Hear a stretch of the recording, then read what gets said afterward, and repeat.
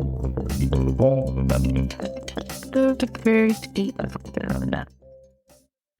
everybody, today I'm with Natalie McMaster, Lecturer in Education, University of Sunshine Coast, and Hugh, Shannon, Lecturer at ACHPER, Queensland University of Technology, who like myself are on the ACHPER Health Promoting Schools Committee. So as part of this podcast today we're going to be talking a bit about the committee and how it really came about. So my first question really for Natalie and Hugh is, how did the ACHPER Health Promoting Schools Committee come about? Okay, John, I can answer that if you like.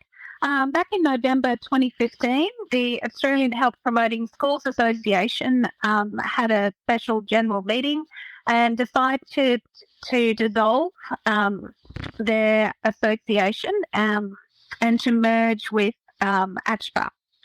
So I guess at that point in time, their committee recognised the benefits of the Australian Health Promoting Schools Association members becoming members of ACHPER. And so what happened was that they then had an agreement with ACHPER to include health promoting schools as a stream in the international conference that ACHPER held in January of 2017 to try and have more of a focus on health education and health promoting schools. After the conference, the ACHPER National Board sort of recognised that we needed a greater focus on awareness of, and I guess the implementation of the health promoting schools approach in health education was needed to support our members and community. So in December 2017, we had the first meeting of the committee.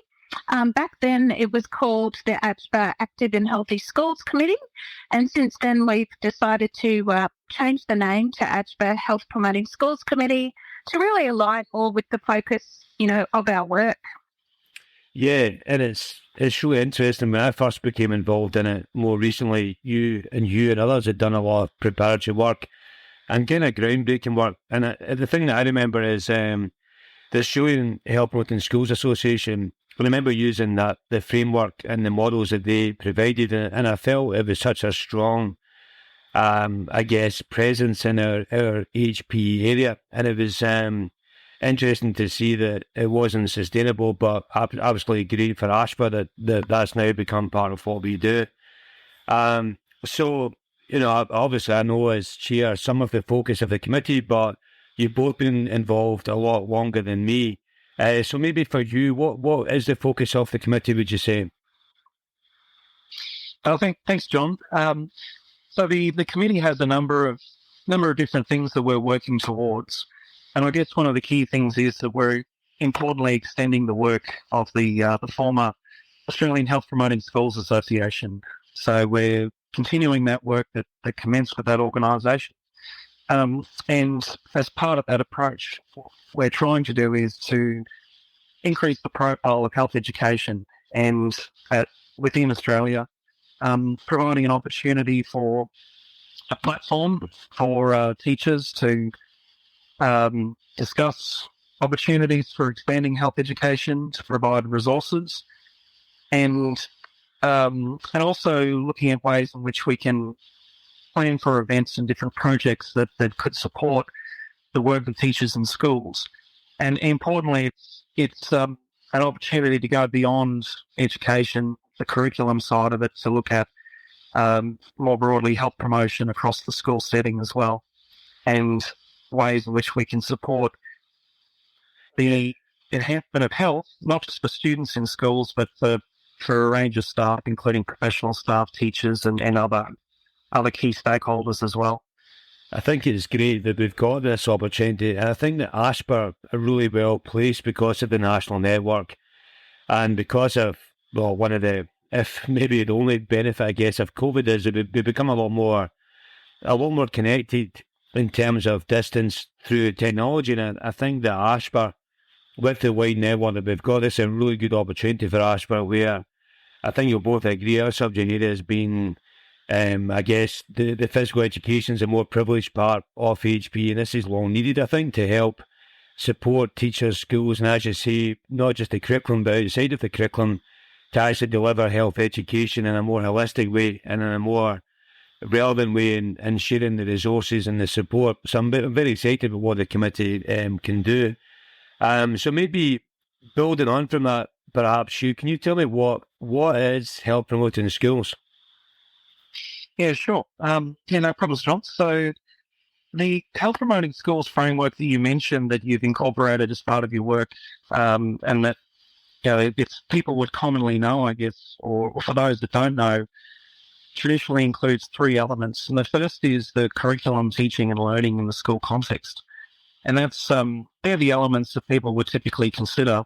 It's the formal learning opportunities to enhance health, the knowledge and skills that students gain in their whilst they're learning in schools. But beyond that, we also have two other elements of the health promoting schools framework, and these have been developed over the years, and it's the framework has been in place since the mid 1990s, and it's a product of the World Health Organization. And the other elements beyond curriculum, teaching, and learning are the environment and ethos of the school, and so that's an opportunity to consider how the culture within the school can contribute to the overall health outcomes for members of that school community. But also, it's looking beyond those formal learning opportunities. And the third element is the partnerships and services that exist. And that can include partnerships that exist within the school community, and importantly, also beyond the school community as well, where there's potential for relationships that can be established, or if those relationships already exist with external stakeholders or key people who can provide knowledge, skills, and resources that can enhance what happens in that school context. It's a way of tying those elements into an overall framework for how the school approaches health and promotes the health of all members. And the framework allows us to think of those opportunities as more than just ad hoc events or ad hoc things that occur. It's a way of systematically looking at the overall structure in the school.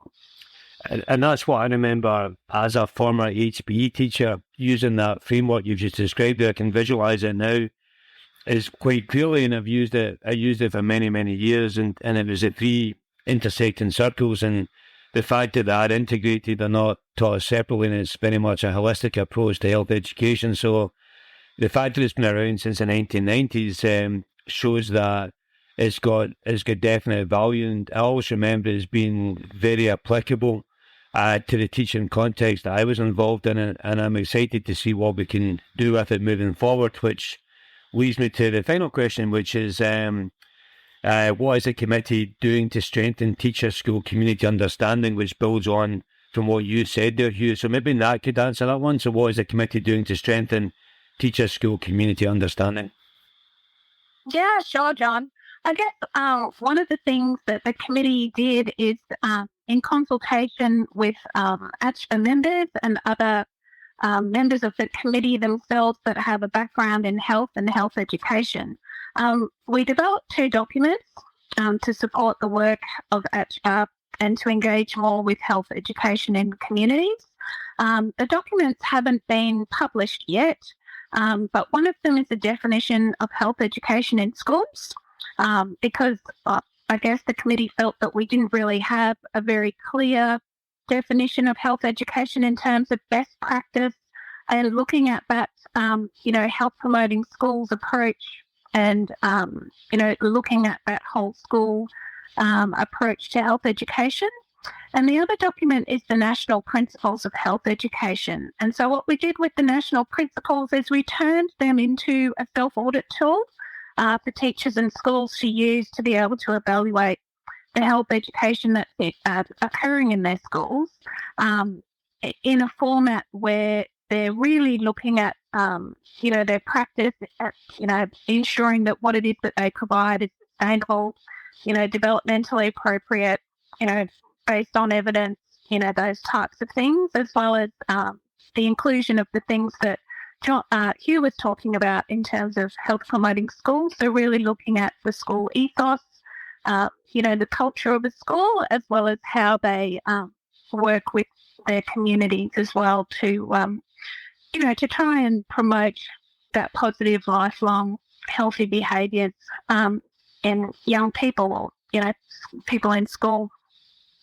Fantastic. Thank you so much. I mean, I'm really excited about what the future holds for us in terms of the work we can do as we start to develop the reach of the committee and building some of that excellent work that you've both been involved in for some time to set up. And, I think I'm always mindful as an academic, like you both are, about how we can make our understanding more relatable and transferable to what happens in schools. And, I think that's the thing. And I think looking at it, having been involved in this for a while, I think that, we're in a privileged position because we get time to spend to look at the international research, to digest it, and to really get deeply involved in a way that teachers and principals and other people in the community aren't able to do that. So I think I'm excited about how the excellent and broad experience in our committee can influence practice in the future. So no, thank you very much, both of you, for taking the time to have a chat today. No problem. Thanks, John. Yeah, thanks, John. Enjoyed the chat. We need to experience space.